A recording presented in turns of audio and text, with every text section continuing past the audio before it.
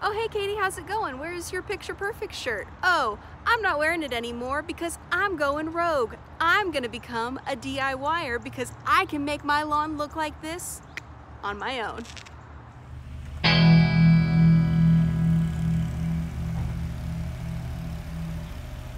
So I have kidnapped Brandon, who as always is a begrudgingly good sport, to help me load up at Home Depot, no affiliation, on all of the things that I'm going to need to do this DIY. So we're talking equipment, safety gear, all of the fertilizer, weed control, pretty much everything good that I can find on those shelves that is going to make my lawn just as green as he can do.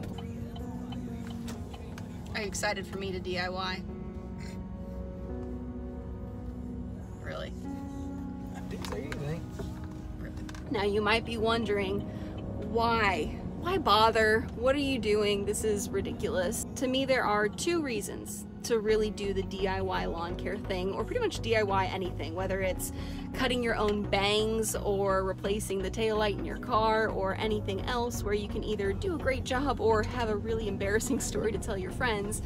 And the answer is either to save yourself some money or because you want to stroke your ego. And both are awesome reasons. There's nothing that feels better than being able to do something yourself and look at it and say, wow. And it also feels really good to be able to have a couple $100 extra at the end of the year and say, okay, Christmas is gonna be bigger. So depending on your reason, DIY is a great option. I wanna find out if it's worth it to me. All right, Home Depot, land of the DIY. I'm ready. I'm not as ready to be doing this in front of a lot of strangers. I'm kind of a shy recorder, but we'll see how this goes, and I hope nobody stares at me. People are gonna stare at you. So I'm near lawn and garden, I think. There's a lot of stuff here.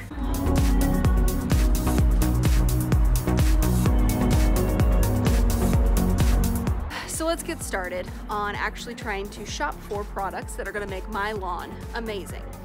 If you're starting out with DIY, the first place that most people look is going to be to Scott's.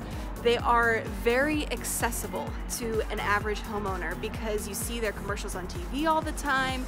They are easiest to find, like I'm experiencing right now in any home improvement store you go into, and they make it really easy to read the bag and figure out what time of year it's supposed to be put down, what kind of lawn it's for, what it's doing. It makes it a lot easier when you're trying to do something that's pretty hard on your own. I guess I'm gonna look at this one because it looks a little bit more intense. Kills weeds, prevents weeds, and feeds the lawn. That looks like my business.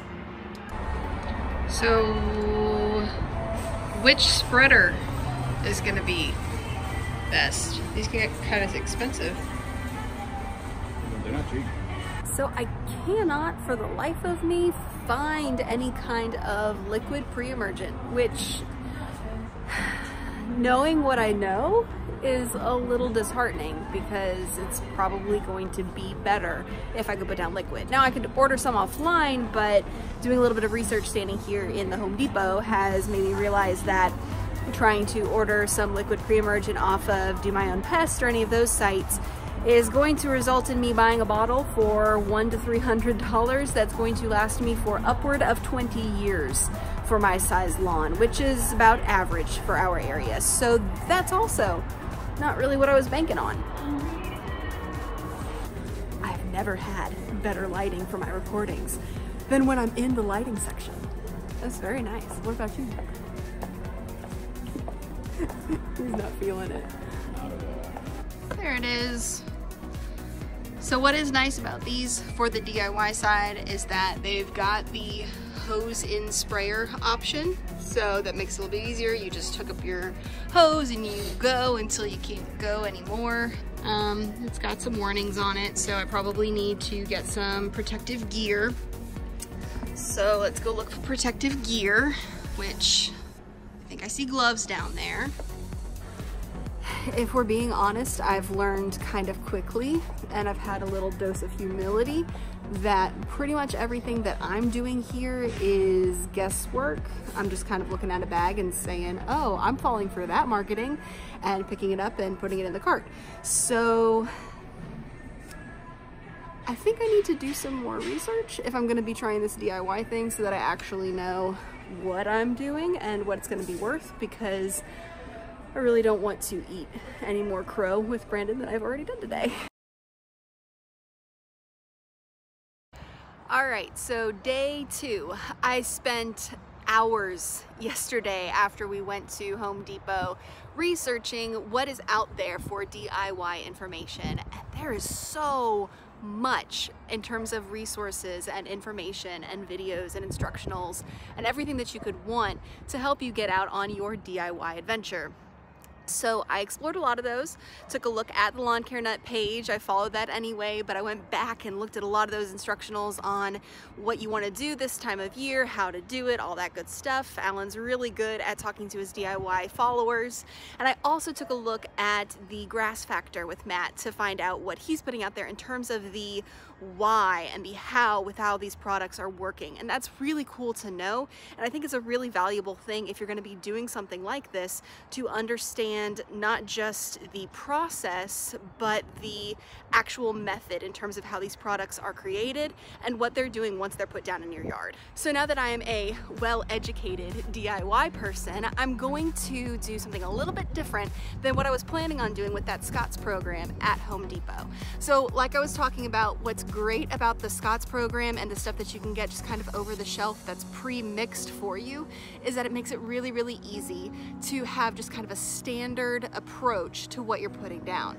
The kind of catch is it's a one-size-fits-all program for a national market. So I've done a lot of research overnight looking into products that I can get that are going to be a little bit more customizable and a little bit more broad spectrum, so that I can have a little bit more of a targeted approach to what I know I'm going to need for my specific lawn. So I designed my Katie program, and I'm really proud of it, and I actually got a pretty impressive seal of approval from Brandon, which is a big feat for me.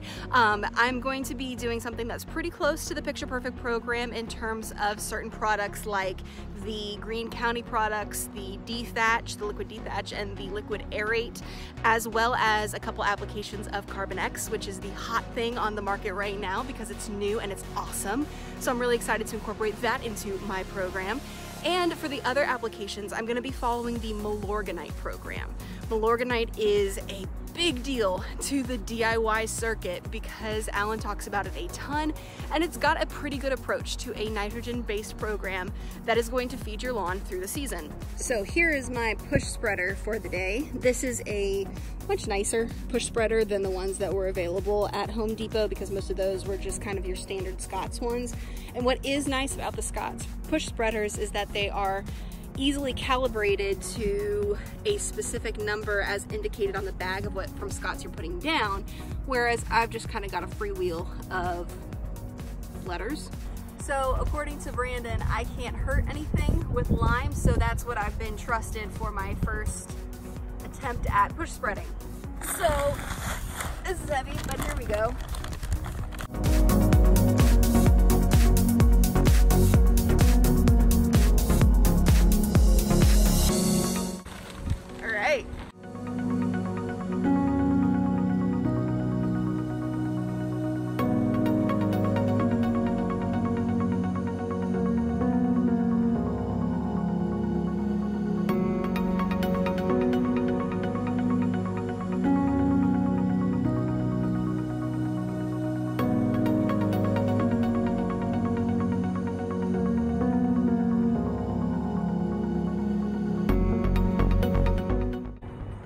Pro for DIY, it's good exercise. So Brandon says that I was walking too slow.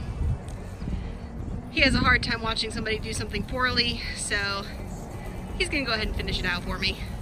All right, so that was something, right? Yeah, that was great. I did a great job.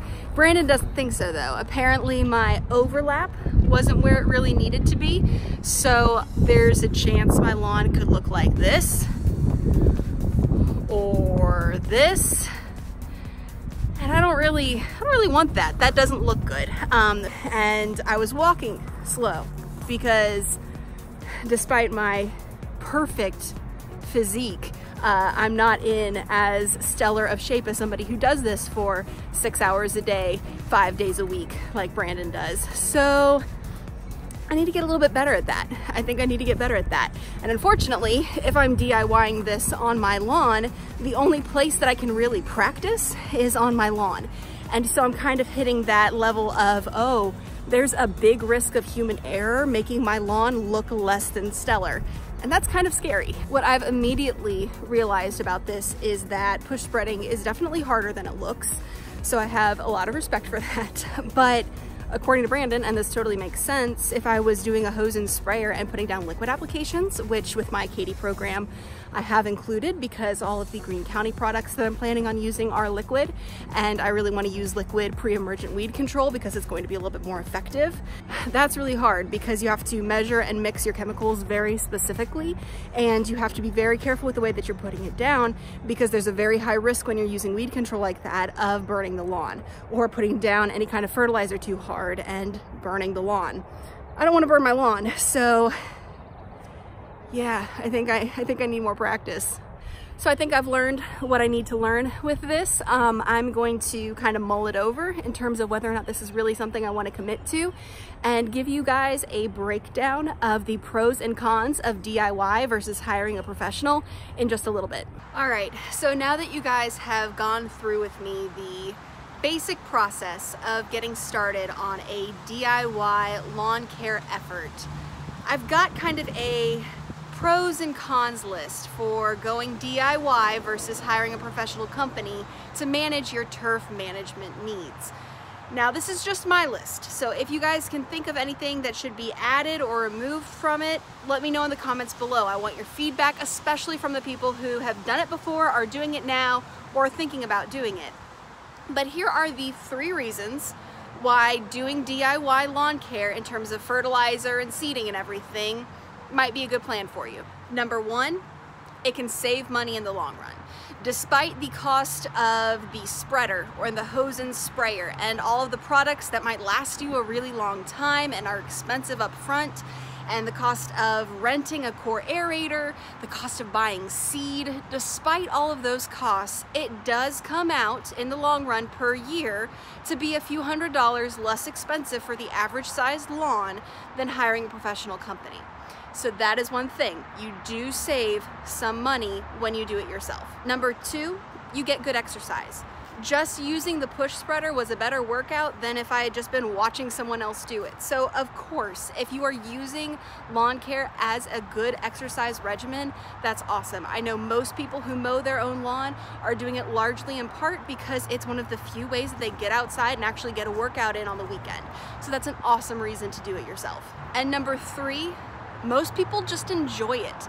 It's really awesome to be able to do something within a couple of weeks or a couple of months, see some sort of progress, and be able to tell people that that's because of what you did. It's really gratifying, it's a nice feeling, and that's really worth something. If you're doing DIY lawn care because you want to be able to say, hey, I did that, I made my lawn green, I dominated my neighbors, whatever you want to say, that's great. That's a better reason than just about anything, because at the end of the day, you look at your lawn every day and you should be proud of it.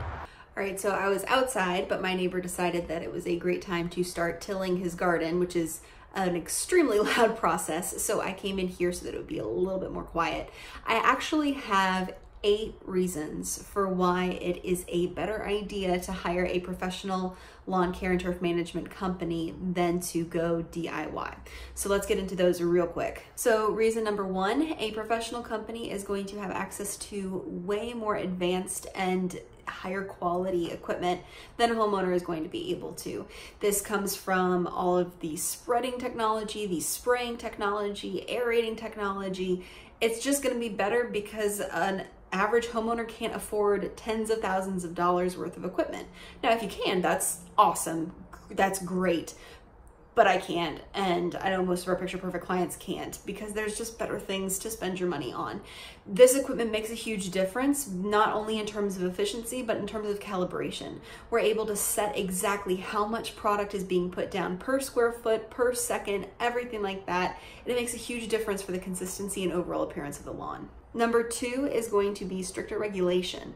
Professionals are put under a much stronger magnifying lens than the average homeowner is, because there are so many limitations on what kinds of fertilizer can be put down when and how much, because of the impact that the misuse of a lot of these products can have on the environment and on the community. That's a good thing. We want those regulations because there are areas like watershed tables where we are that need that protection to be able to function correctly. Unfortunately, homeowners don't have pretty much any of these regulations.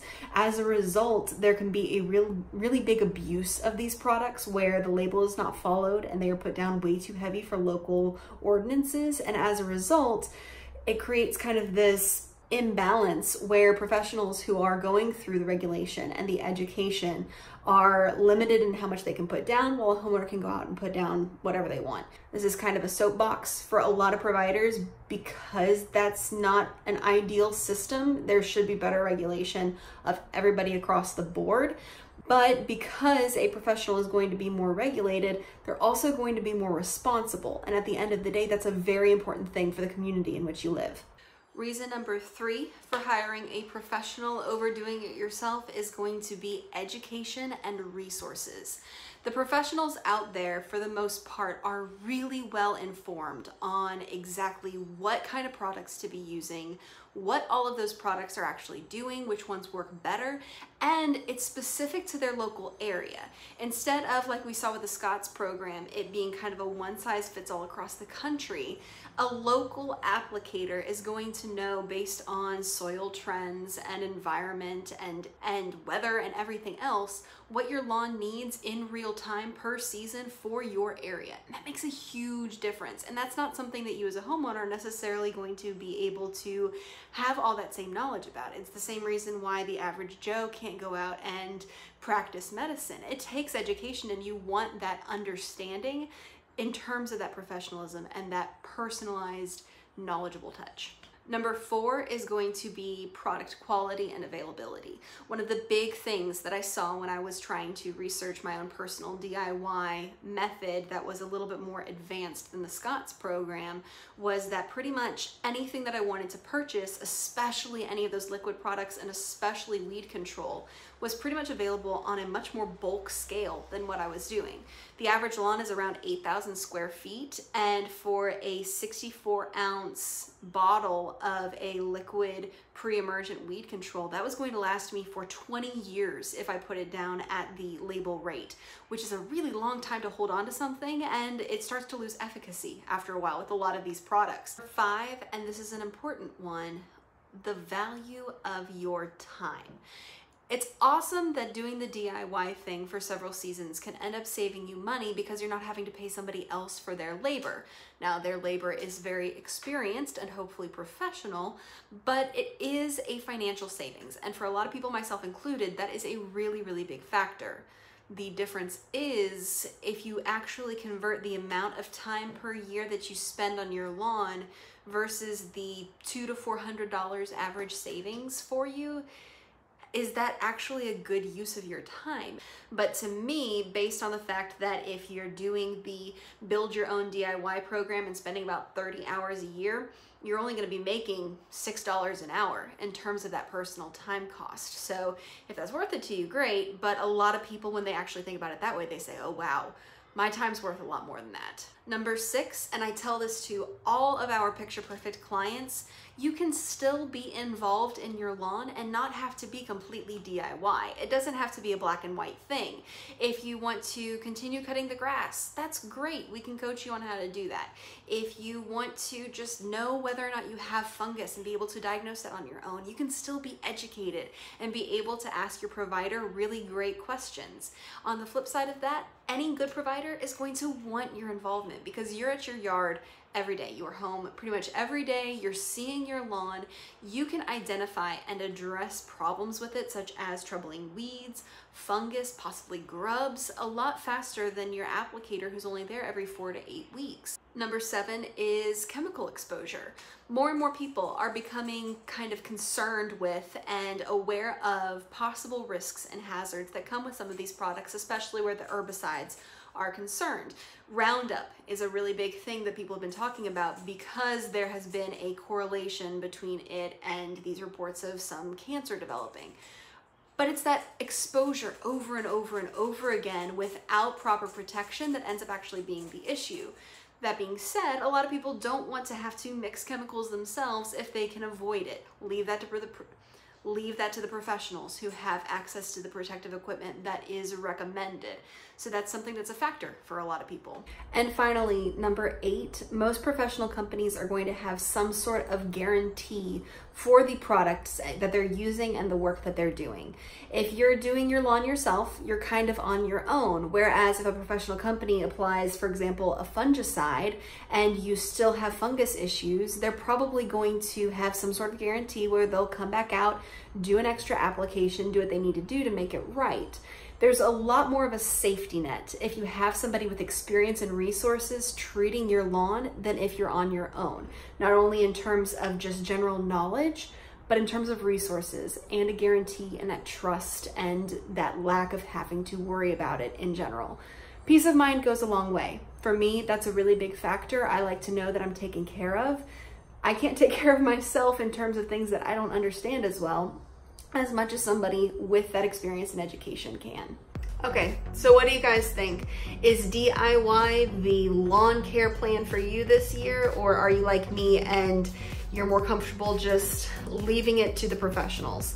I've learned a ton over the last couple of days about the DIY side of fertilizer and everything, and I have a much bigger respect for the people who are doing DIY on their own because it takes a lot if you don't have the same resources as a professional does.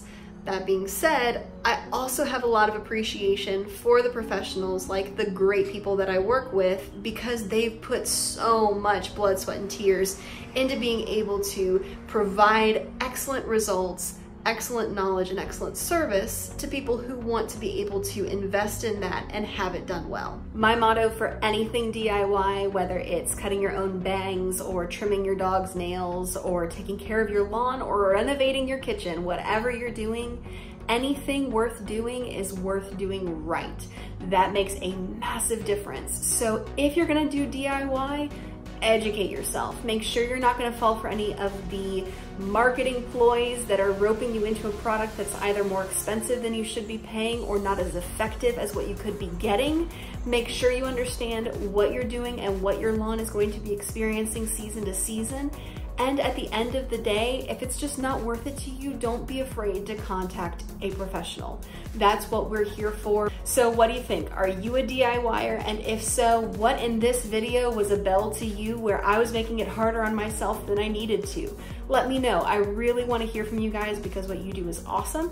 But if you're not a DIYer and you're trusting a professional, tell me what the decision factor was there as well. I want to know why you decided to go with a professional like Picture Perfect instead of trying to do it yourself. I really appreciate you guys watching this with me, and I really hope that you have a Picture Perfect day.